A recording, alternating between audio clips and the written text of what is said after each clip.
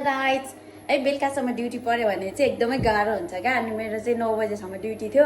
अनि अहिले चाहिँ यहाँ पुग्दा चाहिँ 9:30 भयो है रुममा। अनि म नुहाउनु कि खाना पकाउनु कि लुगा धुनु छ कि भोलि बिदा। अनि अहिले बाहिर पानी परिरहेको के। अनि अहिले धोएन भने त भोलि सुक्दैन। अनि अर्को दिन फेरि त्यही ड्रेस लाउनु पर्छ नि त। अनि त्यही भएर चाहिँ लुगा नि धुनु छ के। म चाहिँ नुहाउनु भनेर यहाँ रेडी भएको। त्यो भन्दा फेरि है नुहाउनु भनेर रेडी भएको लुगा यहाँ पनि मैले राखेको छु, यहाँ पनि लुगा खाएँ। अनि त्यसपछि म चाहिँ पहिला चाहिँ तरकारी बसाल्नु पऱ्यो अनि चाहिँ नुहाउन छिर्छु भने फेरि बाथरुम पुगेर मान्छे नि फर्केर आएको क्या।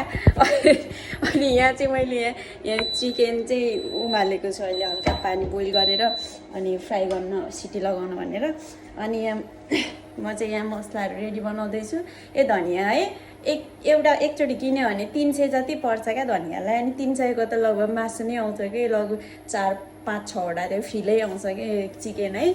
अब के गर्नु, अब धनियाँ नि बास्न आउँछ नि त। धनियाँ नराखे मासु खान मन लाग्दैन।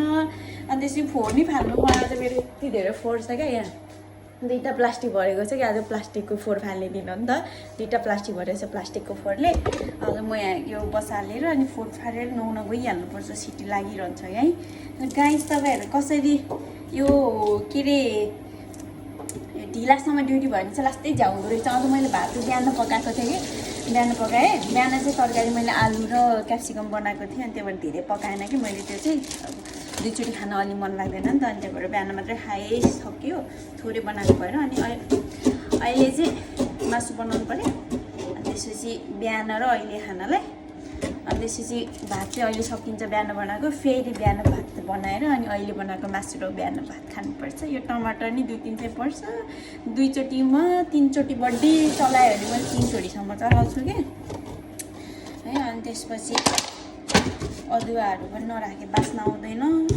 अझ मसँग चाहिँ त्यो गेडावाला जिरा खाइन कि त्यो नभएर कस्तो झाउ लाग्छ है। मलाई मिठै हुँदैन, बास्नै आउँदैन। यो पिनेकोवाला चाहिँ छ कि बास्नै आउँदैन। यो लाइटवाला पनि भुलेछु, कस्तो आउँदै रहेको थियो। अहिले क्लियर आयो क्या मेरो फेस पनि। ल गाई जस्तै हो, कतिखेर खाना पाक्ने कतिखेर के पाक्ने थाहा छैन। अनि अहिले चाहिँ 10-15 लाग्यो, बजिसक्यो कि के हो कतिखेर। अनि फेरि खाने बित्तिकै सुत्न नि हुँदैन नि त। अनि 12 बजीभन्दा अगाडि सुतौँला भन्छु है। जहिले निद्रा बिर्किन्छ कि जहिले निद्रा, कहिल्यै टाइम पुग्दैन। के भएको by by by by by. म चाहिँ खानासाना बनाएर लुगाचुक्का धोएर नुहाएर सुत्ने हो। अझ नुहाउनु बाँकी छ।